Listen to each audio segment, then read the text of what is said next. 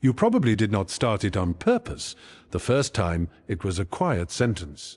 "Good morning, ladies," said almost to yourself as you opened the coop. The next morning, you said it again without thinking. By the third week, it had become a small ritual you barely noticed. And by the end of a year, you had said some version of that same sentence to your hens roughly 365 times. You probably did not stop to consider what those 365 mornings of speech were doing to the birds on the other side of the coop door. The honest answer is that they were doing something. Researchers have only begun to map the precise effects, but the direction of the change, measurable, lasting, behavioral, is no longer in question.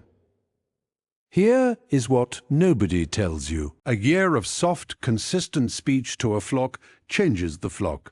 It also, in a smaller and stranger way, changes the person speaking. It will change the way you look at every chicken in your yard. Welcome back. If you're new here, make sure you subscribe, because what you're about to learn will change the way you look at every chicken in your yard. Today we're going to walk through 7 things that are actually happening when you speak to your chickens every morning for a year. What the science says, what the hens are doing with the sound of your voice, and the slow accumulation of trust that one short sentence repeated daily can build. Stay with me until the end, because the last point is the one most viewers never put together, and it changes how you understand the relationship a voice builds with a flock. Number 1. They have memorized your voice. The first thing that happens is that the hens learn your voice. This is not metaphor. Researchers in the long line of work, led by Christine Nicol at the University of Bristol and many contributors to applied animal behavior science, have shown that domestic chickens recognize specific human voices and distinguish them from the voices of other humans, including humans they have heard before but rarely. The hens know the pitch of you, the rhythm of you, the small phonetic habits of you that you yourself cannot hear. They can do this within weeks. After a year, the recognition is deep. Your voice cuts through other sounds in the yard, and the flock orients to it before you have even appeared. Pay attention to that. They are not just hearing a human, they are hearing you. Number 2, they form expectations around the sound. The second thing that happens is that the hens develop expectations. The same sentence, said in the same tone at the same time of day, over hundreds of mornings, becomes a predictor. The hens learn that your voice precedes the opening of the coop, that it precedes scratch grain, that it precedes the dish of water being topped up, that it precedes nothing dangerous. Researchers have shown that domestic chickens form precise predictive associations between recurring human stimuli and consistent outcomes, and that those associations measurably reduce stress responses to handling, food delivery, and routine yard work. After a year, your voice is no longer a sound. It is a promise the day is about to begin in a particular safe way. Number 3.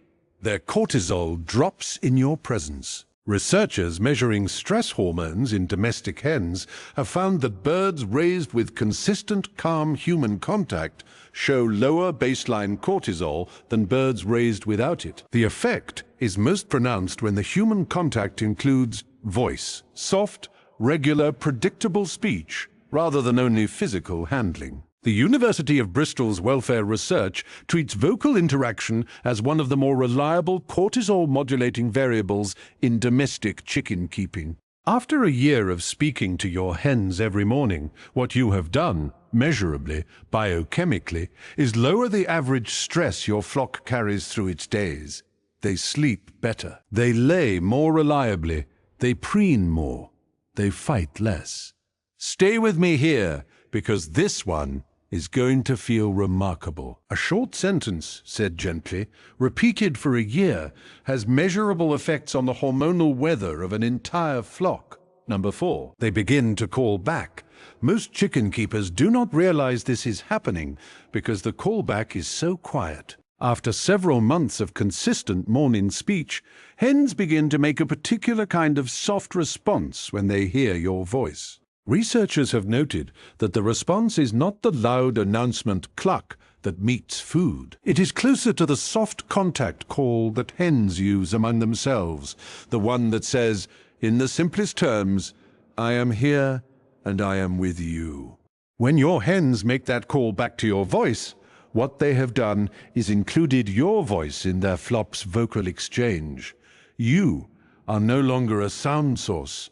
You are a member of the call and response. The University of Bristol's catalogue of more than 30 distinct chicken vocalizations includes that soft response, and welfare researchers treat it as one of the clearer indicators that a flock has accepted a human into its acoustic community.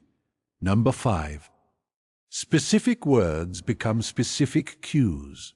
If you have used the same words consistently, the names of the hens, the word for treat, the word for good night, those words have become cues. Researchers studying associative learning in domestic chickens have shown that hens can learn the meaning of specific human-spoken words when those words are paired reliably with specific events.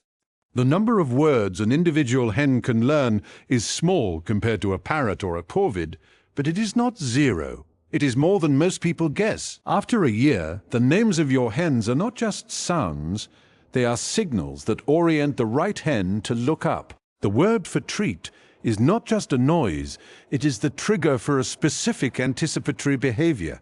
The way you say goodnight is not just an exit, it is a stand-down cue the flock now uses to begin settling. Number 6. The personality of the flock softens. This is harder to measure, but every long-term chicken keeper who has tried this knows it is real. After a year of soft, consistent morning speech, the personality of the flock changes. The flighty hens are calmer. The bold hens are more deliberate. The young birds learn from the older birds that your voice is not a threat and adopt the same response. Researchers have documented social transmission of fear and calm in domestic chickens. Chicks learn from their mothers and from other adults what to fear and what to ignore. And a calm voice repeated daily becomes one of the things they learn to ignore as a threat and recognize as a friend. A year is long enough for an entire generational pass. The birds who heard you on day 1 are not the same birds in the flock by day 365. The new birds learned about you from the old birds. The information traveled. Your voice became part of the flock's culture, in the small sense scientists are willing to use that word. Number 7. You changed too. This is the one most people never put together. The hens were not the only ones learning. After a year of speaking gently to a flock every morning, the person doing the speaking has also changed. Researchers studying human-animal interaction have shown that humans who engage in regular, calm, low-stakes vocal interaction with animals show lower cortisol themselves, lower blood pressure, and improved measures of mood across the day. The gentleness travels in both directions. The Cherokee, the Norse, and the Egyptians all said something about people who keep animals, that the animals shape the keeper slowly over years.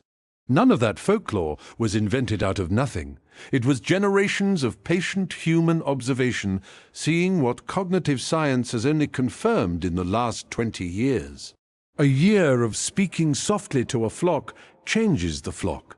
It also changes the person who speaks. I am not going to tell you that what passes between you and the hens is the same as what passes between you and another person. Science simply hasn't finished asking about that. But I am going to tell you that something passes. You are not alone in feeling that way. Don't explain it away. The yard you look at out your window is not a passive scene. It is a place where every morning for a year, a small daily ritual has been quietly building a relationship between a person and a flock, biochemically, behaviorally, vocally, culturally. The hens know your voice. They expect it. They answer it.